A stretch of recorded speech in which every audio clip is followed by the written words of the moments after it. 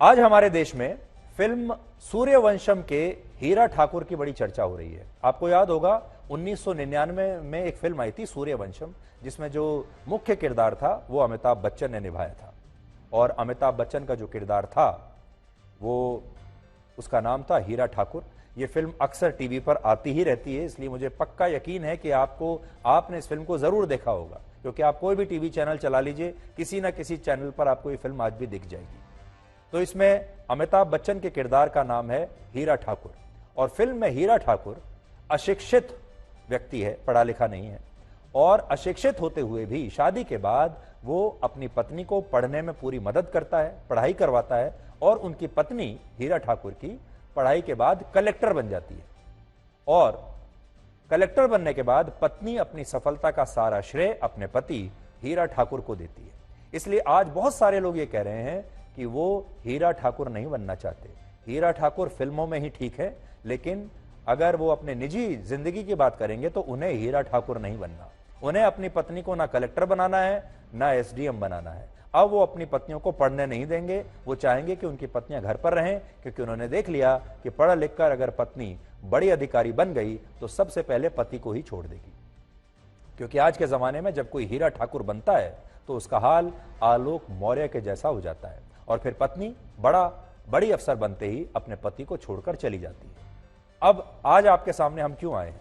ये कहने के लिए कि क्या ये सारी बातें सही हैं।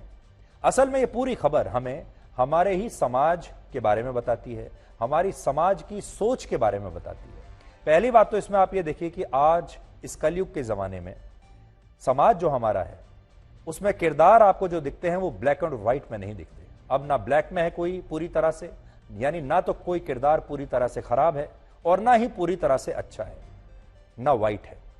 हर किरदार में आपको ग्रे जरूर नजर आएगा।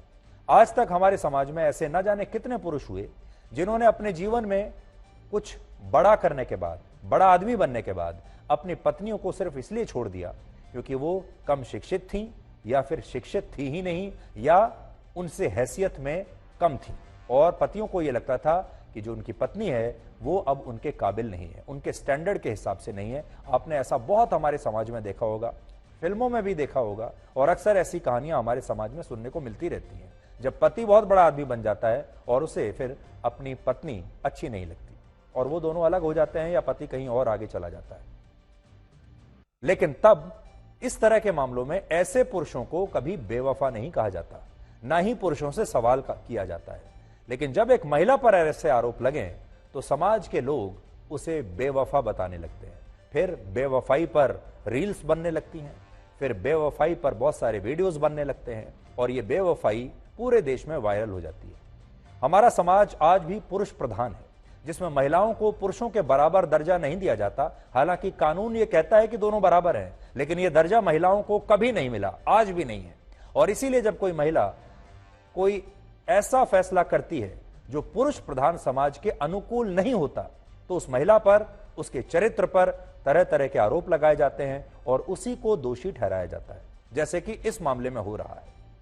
आज जब देश में बहुत सारे लोगों के बीच ये कहने की होड़ लगी है कि वो हीरा ठाकुर नहीं बनना चाहते, तब हम ऐसे लोगों को ये बताना चाहते हैं कि हमारे समाज में ऐसे लोगों की संख्या बहुत कम है जो शादी के बाद अपनी पत्नियों को पढ़ाई जारी रखने या फिर बाहर नौकरी करने की इजाजत देते हैं। और देखिए, आज भी जब मैं आपको ये खबर बता रहा हूं तो मुझे इस शब्द का इस्तेमाल करना पड़ रहा है कि पति इजाजत देते हैं, क्योंकि आज भी ज्यादातर परिवारों में पत्नी अगर कुछ भी करती है, वो पढ़ाई करे, नौकरी करे, कोई और फैसला ले, उसे अपने पति की इजाजत लेनी पड़ती है।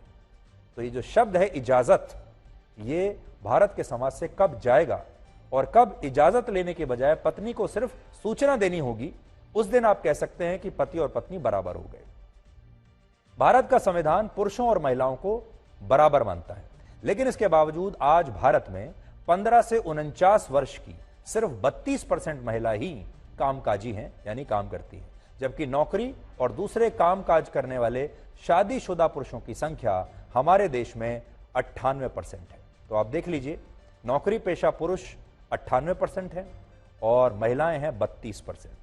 2011 की जनगणना के मुताबिक भारत में साक्षरता दर 74% है, जिनमें 82% साक्षरता दर पुरुषों में है, लेकिन महिलाओं में साक्षरता दर सिर्फ 65% है। यानी महिलाएं पुरुषों से कम पढ़ती हैं, और पढ़ती अपनी इच्छा से नहीं, बल्कि उन्हें पढ़ाया नहीं जाता। हालांकि 12वीं कक्षा के बाद उच्च शिक्षा की भागीदारी में अब महिलाओं की संख्या बढ़ रही है। 2020-21 में देश में उच्च शिक्षा के लिए नामांकित होने वाली महिलाओं में नामांकित होने वाले लोगों में 51% पुरुष थे और 49% महिलाएं थीं जिन्होंने नामांकन भरा अपना हायर स्टडीज के लिए, उच्च शिक्षा के लिए। कई दशकों के बाद अब जाकर कुछ पुरुषों ने अपनी पत्नियों को शादी के बाद भी पढ़ाई जारी रखने का अधिकार दिया है, लेकिन ऐसे पुरुषों की संख्या भी हमारे देश में बहुत कम है। और जब इस तरह की खबरें आती हैं जो मैं आपको आज बता रहा हूं, इसके बाद ऐसे पुरुषों की संख्या और कम हो जाती है। एक सर्वे के मुताबिक भारत में 6 से 7% महिलाएं ही ऐसी हैं जिन्हें शादी के बाद पढ़ाई जारी रखने की इजाजत मिलती है। लेकिन इसके बावजूद प्रयागराज की इस घटना के बाद बहुत सारे लोग चाहते हैं कि इन 6-7% शादीशुदा महिलाओं की पढ़ाई लिखाई भी अब बंद हो जानी चाहिए। और हमें लगता है कि ये एक बहुत ही गलत शुरुआत होगी अगर हमने इसे यहीं के यहीं रोका नहीं तो। आपको जानकर हैरानी होगी कि भारत में 15 से 29 वर्ष की 50% लड़कियां या महिलाएं आज ना तो पढ़ाई कर रही हैं, ना ही नौकरी कर रही हैं, और इनमें से बहुत सारी महिलाएं ऐसी हैं जिनकी शादी हो चुकी है। भारत में जो 6 से 7% महिलाएं आज शादी के बाद भी पढ़ाई कर पा रही हैं, उनमें ज्यादातर महिलाएं वो हैं जो सरकारी नौकरी की तैयारी कर रही हैं, क्योंकि सरकारी नौकरियों के लिए महिलाएं अधिकतम 32 से 37 वर्ष तक की उम्र में भी योग्य रहती हैं। उदाहरण के लिए जो महिलाएं आईएएस बनना चाहती हैं और यूपीएससी की परीक्षा की तैयारी करती हैं, वो जनरल कैटेगरी में 32 साल और एससी और एसटी कैटेगरी में 37 साल तक यूपीएससी की परीक्षा देने के लिए योग्य रहती हैं। भारत में ज्यादातर लड़कियों की शादी औसतन 19 वर्ष के आसपास, 19-20 साल के आसपास की उम्र में हो जाती है, और इसलिए कुछ लड़कियां शादी के बाद सरकारी नौकरी के लिए तैयारी करती हैं, क्योंकि उन्हें पता होता है कि वो इन परीक्षाओं के लिए आगे कई वर्षों तक योग्य रहेंगी। इसलिए यूपीएससी की परीक्षाओं का जो रिजल्ट आया है उसमें अगर आप देखेंगे इस बार 933 उम्मीदवारों में सिर्फ 34% यानी 34%, सिर्फ 320 उम्मीदवार उसमें महिलाएं हैं, और इनमें भी कुछ महिला उम्मीदवार शादीशुदा थी। और हर साल कई शादीशुदा महिलाएं सरकारी नौकरियों की परीक्षा में पास होती हैं, लेकिन ये सारी महिलाएं अपने पतियों को छोड़कर चली नहीं जाती, बल्कि अपना काम भी करती हैं ठीक से, दफ्तर का, अपने घर का भी ध्यान रखती हैं, अपने परिवार का भी ध्यान रखती हैं, पति का भी ध्यान रखती हैं, बच्चों का भी ध्यान रखती हैं। और ज्यादातर महिलाओं के जीवन में यही है। पति तो हमारे देश में सिर्फ नौकरी करता है, उसके ऊपर घर का कोई बोझ नहीं है, बच्चों का कोई बोझ नहीं है।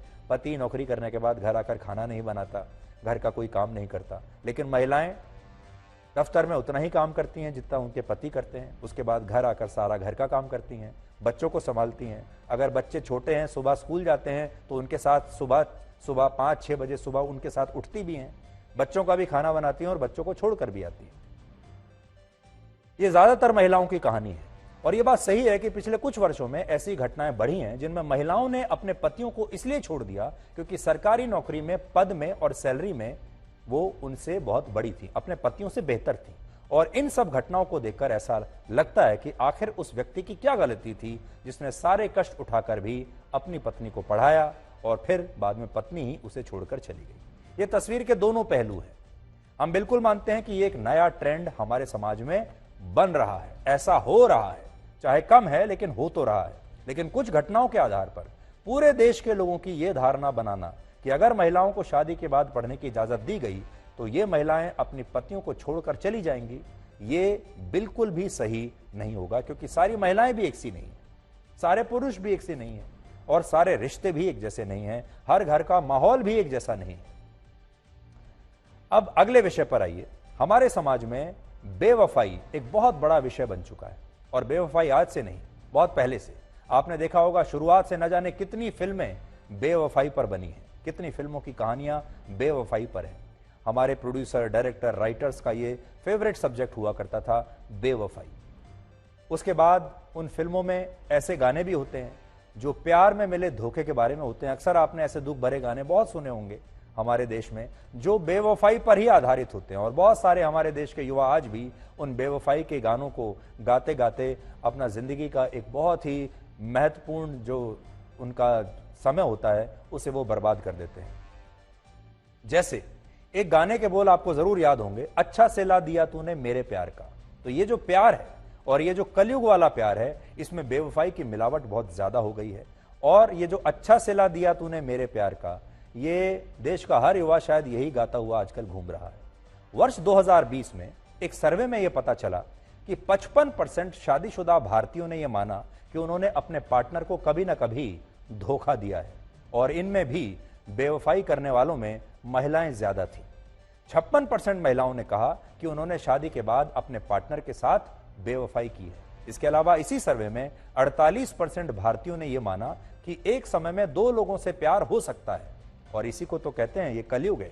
आज के जमाने में प्यार जीवन में सिर्फ एक बार नहीं होता। वो समय चला गया जब लोग कहते थे कि प्यार जीवन में एक बार होता है, या आप पहले प्यार के बारे में बात करते थे, फर्स्ट लव के बारे में बात करते थे, बल्कि अब ये प्यार कई कई बार होता है और एक ही समय में कई कई लोगों से भी हो सकता है। और ऐसी घटनाओं में ये बेवफाई बहुत बार जहर की तरह बन जाती है। तो आज हम जो आपके सामने आए वो ये बताने के लिए आए कि एक घटना जरूर प्रयागराज में ऐसी हो गई, लेकिन उस घटना को आप बेंचमार्क मत मानिए। और हमें इस समय हम जानते हैं बहुत सारे परिवारों में लोग हमें देख रहे होंगे, और अगर आप सोशल मीडिया देखेंगे तो सोशल मीडिया पर भी लगातार इस पर एक चर्चा हो रही है। ये हमारे समाज के डीएनए को दिखाती है, ये हमारे समाज की सोच के डीएनए को दिखाती है कि हमारा समाज जब एक घटना होती है तो कैसे उससे या तो प्रेरणा लेता है और या फिर उससे प्रभावित हो जाता है। और हमें यह लगा कि एक ऐसी घटना है जिससे हमारा समाज गलत तरीके से प्रभावित हो रहा है, और हमारे देश में ऐसी लाखों महिलाएं हैं जो इस घटना से आगे चलकर प्रभावित हो सकती हैं। इसलिए इसे यहीं पर रोकना चाहिए। इसीलिए आज सबसे पहले ये खबर हमने आपको दिखाई, और मुझे उम्मीद है कि आपको ये खबर अच्छी लगी होगी, आपके परिवार के किसी न किसी काम में आएगी, और खास तौर पर हमारे देश में जो महिलाएं हैं उन्हें इससे फायदा होगा। और जो पुरुष हैं, अगर उनके दिमाग में कुछ चल भी रहा है तो वो भी हमारी खबर देखने के बाद इस तरह के विचारों को अपने दिमाग से निकाल देंगे।